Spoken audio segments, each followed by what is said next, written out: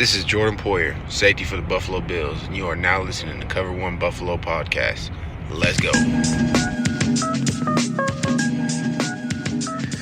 Good evening and welcome to the Cover One Buffalo Podcast. You are joining your host, Greg Tompsett, who is diving into the fourth in our series on the 2020 NFL draft class for your Buffalo Bills. And tonight we are jumping into maybe one of the more surprising picks of the class with quarterback Jake Fromm from the University of Georgia. And who better to discuss that with than our man from the Cover One Draft Show and so many other places around the world, Russell Brown. Russ, how we doing? Good, man. How you doing? Not too bad. Not too bad. It's this is an interesting one, and I think it's one where in the post-draft presser, Brandon Beane tipped his hand a little bit in that he was working with an NFC team on trading up for a lineman, and that lineman went before they were able to consummate a deal, and that they didn't have any intentions of going quarterback in this draft. I think that Matt Barkley is a sufficient backup. I don't think he's a high-end backup. I don't think he's gonna, if Josh Allen gets hurt, I think this season's in trouble. I don't Did you just say Matt Barkley? Yeah. He's technically the gentleman that we're gonna have to deal with, but being able to, if Josh Allen goes down, the season's done. And I don't think that changed with the pick of Jake Fromm. Now, I will say I've heard some fans throw out Nathan Peterman 2.0, and I think that's unfair in that, I get the comparisons of, good decision making, not an NFL caliber arm, a good locker room guy. But Peterman was a historic flame out, so I don't want to put that kind of energy on Jake Fromm here, but why don't we let you dive right in and tell the people what to expect with a guy like Jake Fromm? Yeah, I caught some heat in the summer when I started my summer scouting and everything, and I watched Jake Fromm for the first time. And the game I had watched, his ball placement was a little sporadic. I mean, guys were making some really good adjustments and kind of bailing him out of trouble. And I cannot remember for the life of me who number 15 is for their team, but he did that a hell of a lot this past year. I cannot remember his name, but he did it a lot this past season. And I mean, while the numbers show that he's pretty, accurate as far as the statistics show, he had a career completion percentage of 63.3%. He had just under 61 this past year. So, he's been fairly accurate over the course of his career. And, according to SIS, his on target percentage was 72.1. So, he took, a pretty good step. I didn't look at his numbers for 2018 on that, but, he's fairly accurate with the football. So where we had some of those concerns with Josh Allen coming out, I don't think we'll have that concern here with Jake Fromm, but he doesn't have as big of an arm.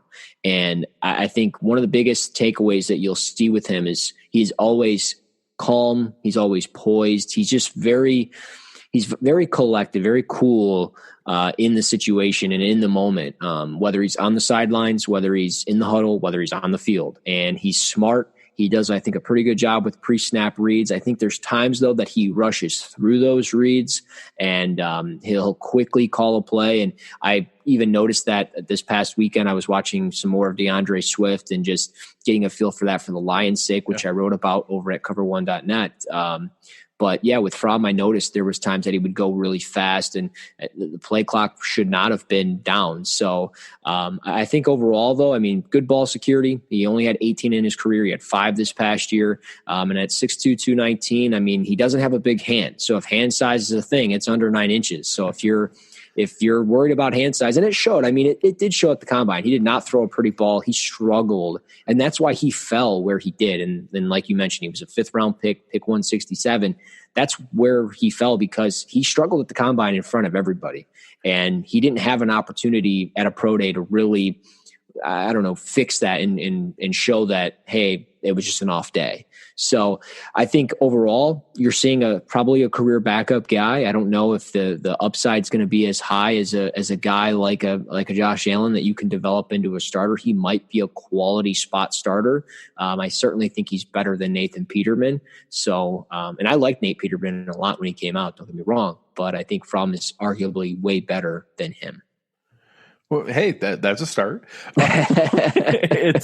It's something where, I think that Josh Allen has talked about how the mesh with Matt Barkley and he in the quarterback room has been better than what some fans would realize, because Matt Barkley's had to talk about how you compensate for not having a howitzer connected to your right shoulder, how you work on anticipation, how you measure, the steps for a receiver, and how when to get rid of the ball and what you're watching for with the safeties.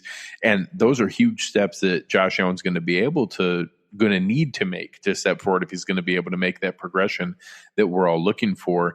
And I think that's a similar skill set. When you hear people talk about Jake Fromm, I think he's one of the guys who was really crushed by this, obviously the very serious COVID disaster that's going on throughout the country.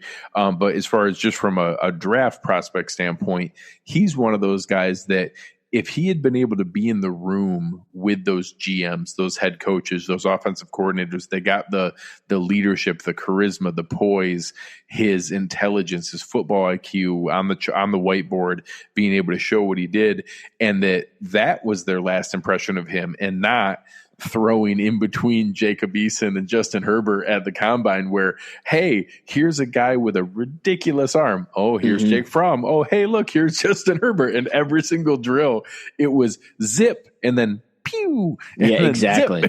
Yep. And that's what it was too. And that's what it showed. And that's unfortunate because it was weird. He actually had some nice throws at Georgia. He put balls down the field, and he has a very natural release. It comes out of his hand relatively quick, as just far as like the throwing motion. But then he got into the NFL setting at the combine, and it just did not come out of his hand the right way. And it was odd. I mean, if we talk about guys that maybe fit like a quick passing game, Justin Herbert would probably fit that. A lot of screens. He had 99 pass attempts this past year, same as Anthony Gordon, according to SIS, as far as screens. They threw 99 screens. Fromm only threw 40. So it wasn't like they had a bunch of design plays that really helped boost that completion percentage. He was putting the ball down the field in tight windows and doing certain things. But I think ultimately what he struggled with was just getting through some of those reads and through those progressions downfield and staring a guy down. And then when he was faced with pressure, he just didn't have the athletic ability necessarily to get away as clean as he would like. And then he would just kind of throw a duck down the field. So, I mean, I don't like him pushing the ball 70 yards down the field. It's not as accurate or natural for him as a Josh Allen. But I think if you're talking, kind of 30, 40 yards, I think that's fairly easy for him to do. But he's going to manage a game, and he's going to help, I think, grow Josh Allen as a quarterback and have him understand pro-style concepts and offenses. And that's what should be important here. So I think as far as fifth round goes, I think this is a pretty good pick as far as overall value. Maybe not exactly what everybody wants, but when you need a young quarterback to kind of help come in and push your young quarterback as well, this is something that you kind of got to do. Yeah, and obviously I spent a lot of time diving into the contract structure and roster construction side of the business, and that, Matt Barkley's contract's up. Backup quarterback market is expensive.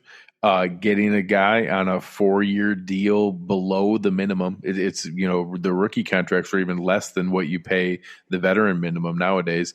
There's a significant financial incentive if he's able to be a legitimate backup. Now, I've been on the train that I think it's inevitable that at some point Andy Dalton is Josh Allen's backup. I feel it in my heart that's going to happen at some point here. And but I think if they're able to find that path where he's able to be that guy and they have some semblance of confidence, that I think it was Matthew Fairburn that was talking about it, where people have been telling Jake Fromm he's not going to be able to do this multiple times, and he, beat out Eason, who now got drafted higher than him. He pushed Justin Fields to transfer. He's been able to win these jobs. I certainly, I live in Atlanta, for anybody who doesn't know that. So I'm surrounded by it, and I've been here for all of Jake Fromm's years. And prior to that, I was in Augusta, Georgia, and Aiken, South Carolina, in that area, surrounded by a mix of South Carolina, Clemson, and Georgia. And I watched that freshman run by Fromm, and I watched the SEC championship game and the, national championship semifinal and the national championship game. And, as far as I'm concerned, he won a national title. He's not the one who gave up that game winning score at the end, in giving up what the defense did in overtime in that game. And at that point, I was in the position, I think I was with some of the guys that were Clemson fans, I think they were watching that game with. And I said, I'll trade my next 2 first-round picks for that guy. I want that guy as my future quarterback. And that, I think people assumed there were 2 more material steps forward from him after that. And that was probably the peak, that initial run that he had there. And that, at that point now in hindsight, you're figuring, he was actually surrounded by, Nick Chubb and Riley Ridley and Mecole Hardman and just constant NFL talent everywhere around him. And not that there wasn't, he still had Swift and there was still talent in that Georgia team this year, but maybe not all of the receiving threats that he had in the previous years. And you saw his numbers took a step back because there weren't guys to do the work for him. Yep, and I wrote about that because I wrote about him back in August, and I said that exact thing. And I said I would not be surprised if he takes a step back because he lost so many weapons. I mean, I think it was 5 or 6 guys he lost to the draft or through the transfer window. And I said, I think his progressions will take a step back because he was often rumored as a first round pick. And I mean, I thought it was still very early. But I said, if he can make it work and he can get Georgia back into back into the playoff, back into the SEC championship game, then he's only going to help himself. So ultimately that does not happen. And just running through some numbers for people that, want some of those, I guess, statistics or analytics, 68 of his pass attempts were on curl routes this past year. He completed 53 of them. 16 of those pass attempts were on slant patterns, and only 10 of those were completed. And then 15 of them were out of thrown to flats. So, I mean, for a guy that didn't throw the ball a whole hell of a lot, only 384 pass attempts, I think it kind of goes to show that there are limitations with him. And obviously Georgia's a run first offense. We know that, but that's something that is kind of promising, as we've talked about with guys like, Zach Moss and Devin Singletary. You can protect him in that sense. So if he was needed to come in, if Josh takes a shot like he did this past year with the concussion and everything, and you need him to come in, that's kind of promising to know that he can, one, operate your offense with the pro style offense, but beyond just that, he can use his running backs, and that's something he's familiar with. So there should be some comfortability there. So I like it from that sense, and hopefully, by going from Georgia to the Bills, where he's got Stephon Diggs and Cole Beasley and John Brown, he's got a little bit more to work with than he did this past year. Yeah, and I think that's got to be where anyone's expectation is. I think it would be in maybe a normal season where you had the rookie mini camp, where you had OTAs, where you had the opportunity to be in the building all throughout this lead up, and then a full training camp and a full preseason. I could see a path where the Bills could keep 2 quarterbacks and Jake Fromm could genuinely beat out Matt Barkley. With everything going on here, and how I'm just praying that we get football, period. Yeah. I don't know what that path's going to be like. I know there's no rookie minicamp. I know there's no OTAs. I don't know what any semblance of training camp's going to look like when that time comes in late July, early August. And then I just hope that we get some form of football. I don't see a path where he's the lone guy here. I think that we do see Matt Barkley finish out his contract. I think that he probably moves on after that. I don't know that we bring him back. I think that into a second year, and hopefully, obviously, whatever our new normal is around the world, we get into more of a football normal in 2021. I think Fromm will be able to step forward there. I think that's when the decision comes is, Are the Bills in a mode where you see some of these other teams now going after the Jameis Winston, Marcus Mariota, Ryan Tannehill, option backup where, hey, if something goes down, we're still good here. We still have and I think, I believe strongly, I've made the case in some of our other pods. I think Brandon Beane has built the best other 52 in the NFL, or at worst, one of the top 4 or 5 with your Baltimore's, your San Francisco's, those kind of stuff, Saints, those kind of rosters. That obviously that's a ton of pressure on Josh Allen, but the other 52 guys on this roster are going to be badass. These are going to be some really talented guys. I don't want it to be that, Josh Allen, for all his warts and all the positives and upside, some of that upside is a bit reckless. Some of that upside is a very physical brand of football where, he's had injury scares each year that he's played.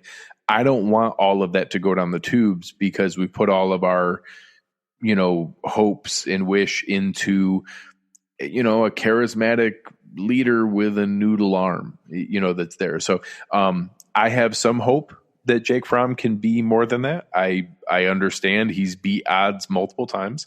I do think he's more than Nathan Peterman 2.0.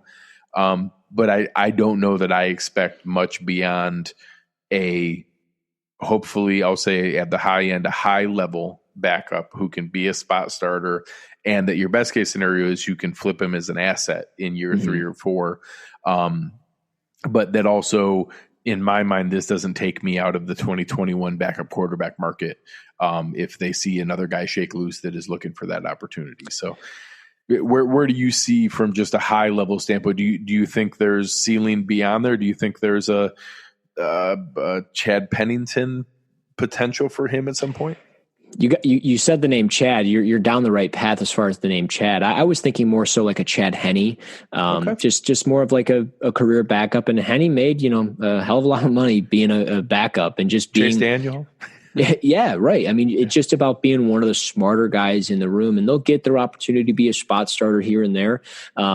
And hopefully it's not through some big quarterback transition. It's more so just because of an injury or something that's not long-term for the sake of Josh Allen. But yeah, I mean, I don't view him more than just I think, in my player profile on him, it was probably that first sentence on the overall projection, poised quarterback destined to be a backup for a few years. And I think it could be for his career. I mean, is there a chance? Absolutely. There's always a chance with anybody. So I'm never going to write anybody off, but just from what I've seen and just how it goes, I mean, so many guys come in, and quarterbacks especially, you only see 1 or 2 maybe that really pan out of a draft class. And sometimes you're lucky if you get that 1 or 2. So I don't know if the Bills necessarily are going to get that with Fromm. I'm not going to write him off because, like you said, I mean, he can go up against the odds and he defeats it. So we'll see what happens. But I mean, I know off the field, he likes to duck hunt. So if you're a hunter,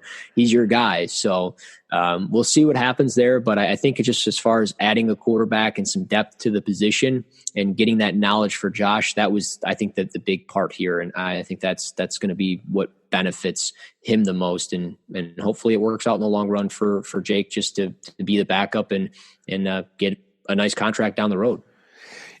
Just come from a purely analytical standpoint on roster construction, asset allocation, picking value at the quarterback position when it falls in the draft is almost always a good thing. Mm-hmm. There's almost never a scenario where that's not worthwhile. If you get a value, and I'll use this as the counterpoint to what Philadelphia did with Jalen Hurts, and where they picked him, and they're talking about, we're in the quarterback development business, and that's always an asset we want to have available. What are the odds they're going to ever flip Jalen Hurts for better than a second round pick? Your best case scenario that you're probably going to break even, that you're probably, you're basically going to lease that asset for a couple years. And then your best case scenario is a Garoppolo type deal where you flip him for another second round pick. Yeah. Whereas, you look at Jake Fromm, if this pans out where he has that kind of preseason run and gets a little bit of buzz, and then you get one of those, week 7 injuries from Josh Allen where he comes in and leads, has a really strong roster around him and leads a touchdown drive and holds on to a game, and then has a nice start the following week while Josh recovers, and then a week 17 mop-up duty where he looks good, and all of a sudden you get a couple of teams like, hey, you guys might be onto something here. And all of a sudden, then you have a possibility of an actual return on investment where it's not unreasonable to say, oh, maybe you could flip him for a 3rd or a 4th round pick where you're getting, more value from the 5th round pick where you got him. So at least from that standpoint, I could see that scenario where that comes up, where you're able to, heck, they got a 5th round pick for, oh, darn it, Alabama quarterback that they traded to the Raiders. AJ McCarron. There you go. Heck, you got a 5th round pick for AJ McCarron. So, Brandon Beane's been able to pull bigger rabbits out of hats in the past, but I think it's an interesting story. I think picking quarterbacks at value is never a bad thing. So I'm open to that standpoint being a positive, and that I think most people are closer to where your evaluation was, that this is not some secret starter in waiting. There's no quarterback competition here. There's no scenario there, I guess, besides backup quarterback competition. Yeah. At least it's worth taking a shot. Yeah, no, I think that's a common theme in a lot of draft classes is, a lot of good teams end up taking a quarterback, it seems like, every year. Not necessarily in the first round, but on that 3rd day, if you have 7, 8, 9, 10 picks to play with, take a quarterback and just try to add some value there, and maybe you get a diamond in the rough. And I mean, you look at what the Patriots were able to do. I mean, I know they had Tom Brady for so many years, but they went out and they got Jacoby Brissett in the 3rd round, and you saw that, and they moved him for Philip Dorsett, who ended up being, fairly good for them as far as being a special teamer, being a deep threat. And, if maybe you get into a jam in, let's say, 2 or 3 years where, we talked about this before with Isaiah Hodgins and stuff and everything else, like, you get into the position of, hey, we need a receiver down the line because Beasley's gone, Brown is gone. Well, maybe there's a team down the road, like let's say the Raiders, they need a quarterback and they like what they've seen from Jake Fromm. Okay, they go trade for Jake Fromm and they give you, I don't know, let's say Lynn Bowden or whatever out of Kentucky down the road. Done. I'm in. So exactly. So, I mean, if you can turn that, I mean, you never know. So that's one way of viewing it. I never really thought of it until now. So I had to look up Brissett and see exactly what they got for him. But yeah, I mean, overall, I think it's a backup, but we'll see. I mean, you never know in the game of the NFL. But I mean, I like the pick. You can't go wrong with taking a quarterback. And I think he's an upgrade over Matt Barkley in the long run.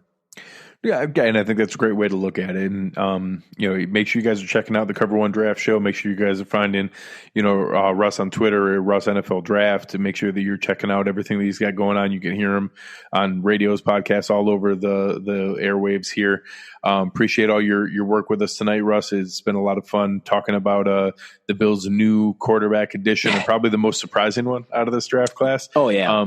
But still an interesting pick and a good value, and continued to show the willingness to do. I think this was the best example of staying true to your BPA philosophy, that if they're going to do that, this proved it out, that, Brandon Beane's a man of his word. He means it when he says he's going to take the best player available. And I think he did it here. So appreciate the insight. Looking forward to it. Appreciate you guys listening. This is Cover One Buffalo, and we are out.